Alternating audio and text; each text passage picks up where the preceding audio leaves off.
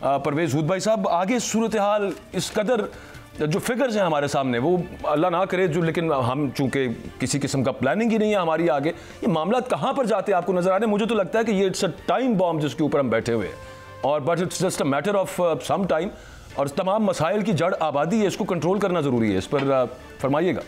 जी, आपने बिल्कुल सही कहा। पाकिस्तान की आबादी एक बम की तरह फट रही है। जब पाकिस्तान बना 47 में, तो उस वक्त आबादी हमारी 20 मिलियन थी, यानी कि 2.8 करोड़। अब ये बढ़ते बढ़ते 25-26 करोड़ के बराबर हो गई। तो अब इससे चलिए हम हिसाब लगाते हैं कि अगले 75 साल में क्या होगा, फिर 75 साल में क्या होगा, फिर मजीद 75 में। अगर आप ये हिसाब लगाएं तो सिर्फ 7 जनरेशन्स में, देखिए इस वक्त हमारी 250 मिलियन है, 25 करोड़, ये डबल होकर 50 बनेगी, 50 से 100, 100 से 200, 200 से 400, 400 से 800, और जितनी दुनिया की कुल आबादी है 7 जनरेशन्स के बाद पाकिस्तान की आबादी उसके बराबर होगी, जिसका मतलब यह है कि कोई सूरत ही नहीं बनती है कि पाकिस्तान अपने गुर्बत के मसाइल हल कर सके, कि यहाँ लोग अमन की जिंदगी गुजार सकें। और इसका मतलब है कि एक ऐसी आफत हमारे सामने है जिसका कोई हल नहीं होगा। अब जैसा कि आपने कहा, यहाँ इस मसले को छेड़ने से हम घबराते हैं।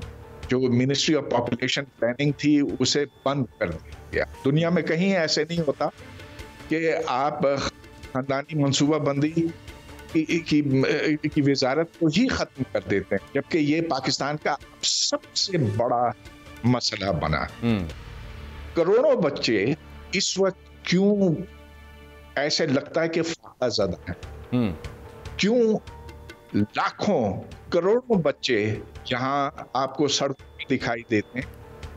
जब आप गाड़ी किसी इशारे पे रोकते हैं तो वो दौड़ते हैं, आते हैं और आपके शीशे साफ करते हैं। ये सिर्फ बड़े शहरों में नहीं, ये गांव में भी है, ये पाकिस्तान के हर इलाके में है, खासतौर पर बलूचिस्तान में, बल्तिस्तान में, उधर तो इंतहा है। सिंध में भी मैंने बहुत देखा है।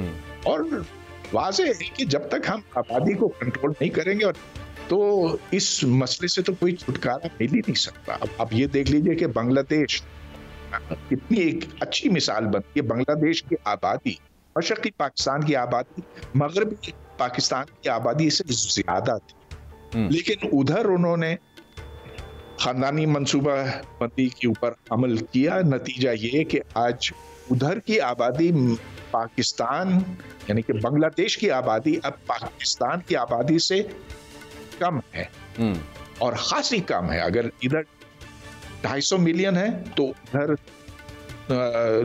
210 मिलियन, खासा फर्क है। और नतीजतन आज उनकी मईशत हमारी मईशत से बहुत बेहतर हालत में है। बिल्कुल ऐसे नहीं होता बांग्लादेश में कि हम झोली फैलाकर पूरी दुनिया में चक्कर लगाएं, लेकिन हमें मिलता भी बहुत कम है। हम $1 अरब मांगते हैं IMF से और खुश हो जाते हैं। जबकि आप देखें कि इंडिया में जब कोई उधर बड़े सरमायादार का नुकसान होता है तो वो $100 बिलियन तक का हो सकता है, जैसे कि अंबानी का हुआ। बिल्कुल कोई मुकाबला ही नहीं रहा इंडिया और पाकिस्तान के बीच में, ना पाकिस्तान और बांग्लादेश के बीच में। और इसमें आबादी सबसे बड़ा मसला है। हमारी तरक्की की राह में ये एक ऐसी रुकावट है कि इससे हमें निपटना पड़ेगा। प्रोफेसर परवेज हूद भाई साहब हमारे साथ हैं। सर, अभी हम डिस्कस कर रहे थे कि होना क्या चाहिए, लेकिन उसके अलावा सक्सेसिव गवर्नमेंट्स आगे पीछे हम देख रहे हैं, एक अरसे से रुका हुआ। आपने बताया भी कि जो मिनिस्ट्री थी वो बंद कर दी गई जहाँ पे पॉपुलेशन कंट्रोल के हवाले से कुछ प्लानिंग होना थी। आप क्या इसकी वजह समझते हैं? हुकूमतें डरती हैं, बैकलैश से डरती हैं, मजहबी फैक्शन से डरती हैं, अपने वोटर के नाराज होने से डरती हैं, और इस वजह से मतलब लॉन्गर रन में वो सोचती नहीं है। क्या इज इट यही मामला है? मेरा नहीं ख्याल है कि वोटर से डरती है। ये मजहबी क़ुव्वतों से डरती, और उसकी वजह यह है कि उनकी दहशत है। अब आप देख लीजिए कि पोलियो के मामले में, हालांकि इससे सिर्फ सेहत या कम से कम आप पोलियो जैसी एक ऐसे मोहलिक मर्ज से बच सकते हैं। कितने ऐसे पोलियो वर्कर्स और पुलिसमैन मारे गए हैं और जिनका कोई कसूर नहीं था, वो भला करना चाहते थे, और उनके साथ जबी दहशतगर्दों ने हाल किया। अब पाकिस्तान जिस वक्त वजूद में आया तब ऐसी चीज बिल्कुल नहीं थी। फैमिली प्लानिंग के बाकायदा इश्तिहार होते थे, कोई फैमिली प्लानिंग वर्कर्स को किसी तरह का खतरा नहीं होता था और हालात बेहतरी की तरफ जा रहे थे।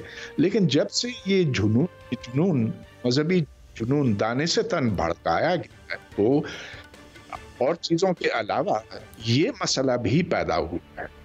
और क्या कहूँ, अब तो जितनी हुकूमतें आई हैं, किसी ने इसको छेड़ा ही नहीं है, खौफ के मारे।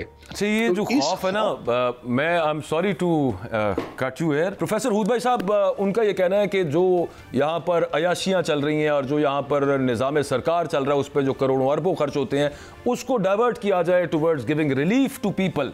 अब एक चीज़ 26,000 अरब का सब्सिडीज़ कह लें, उसमें मुख्तलिफ मुराद कह लें, उसमें मुख्तलिफ छूट जो टैक्स के हवाले से अशराफिया को देते हैं, उस पर तो हम बोलते ही रहते हैं। लेकिन मुफ्ती साहब का कहना है कि आबादी कंट्रोल करने की ज़रूरत नहीं है, ये वहाँ पे डाइवर्ट करें, आबादी तो जितनी बढ़ जाए उतना बेहतर है।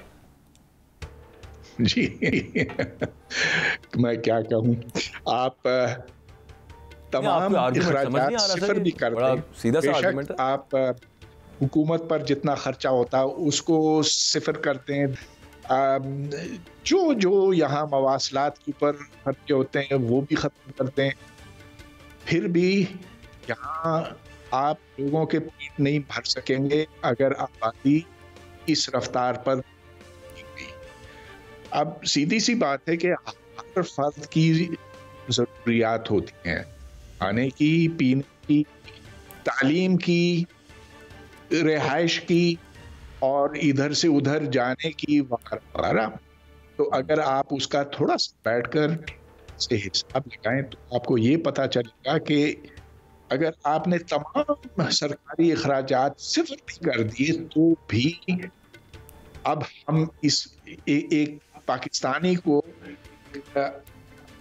एक अच्छा मेयार जिंदगी मुहैया नहीं कर सकते।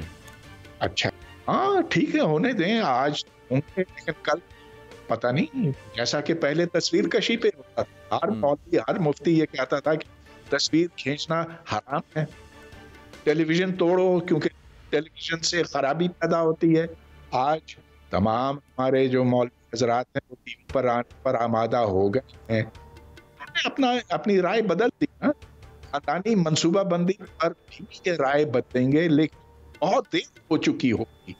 आप ये देखें कि ईरान में, बांग्लादेश में, इंडोनेशिया में, मलेशिया में, सऊदी अरब में अब खानदानी मनसूबाबंदी पर अमल किया जा रहा। उधर के मुफ्तियों को अब ये कायल किया गया कि ये खिलाफ इस्लाम नहीं है।